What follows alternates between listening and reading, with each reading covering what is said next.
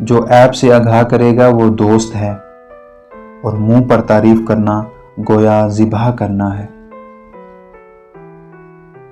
3 چیزیں محبت بڑھانے کا ذریعہ ہیں: دوسروں کو سلام کرنا، دوسروں کے لیے مجلس میں جگہ خالی کرنا، مخاطب کو بہترین نام سے پکارنا۔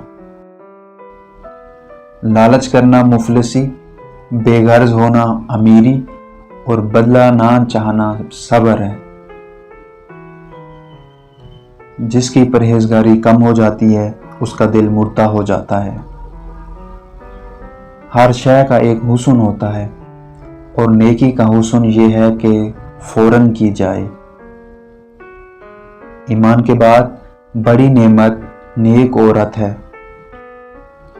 جس نے رب کے لیے جھکنا سیکھ لیا وہی علم والا ہے، کیونکہ علم کی پہچان عاجزی ہے اور جاہل کی پہچان تکبر ہے۔ بزرگ بننے سے پہلے علم حاصل کرو۔ اچھے لوگوں کو آزمانے کی کوشش نہ کرنا، کیونکہ اچھے لوگوں کی مثال ہیرے جیسی ہے۔ جب تم انہیں ٹھوکر مارو گے تو ٹوٹیں گے نہیں، لیکن پھسل کر تمہاری زندگی سے دور چلے جائیں گے۔ کم کھانے میں صحت ہے، کم بولنے میں سمجھداری ہے، اور کم سونا عبادت ہے۔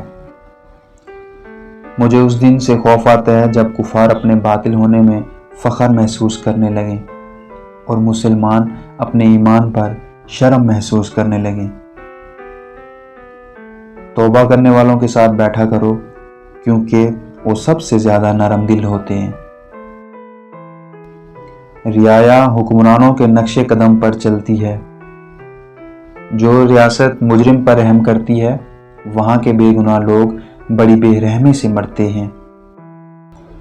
جس نے رب کے لیے جھکنا سیکھ لیا وہی علم والا ہے، کیونکہ علم کی پہچان عاجزی ہے اور جاہل کی پہچان تکبر۔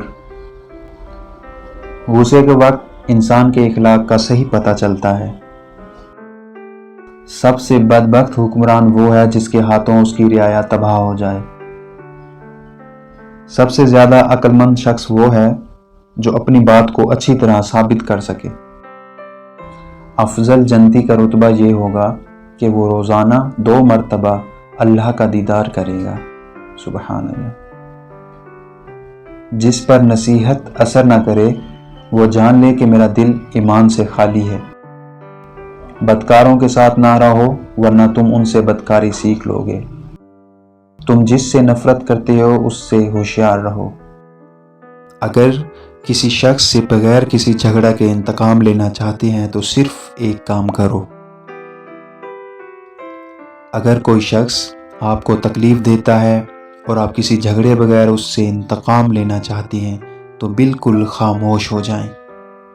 آپ کی خاموشی اسے ڈرائے رکھے گی، اور اگر آپ اسے معاف بھی کر دیتے ہیں تو بھی وہ آپ کی خاموشی اسے کشمکش میں رکھے گی کہ کہیں آپ خاموشی سے اس کے خلاف کوئی چال تو نہیں چل رہے۔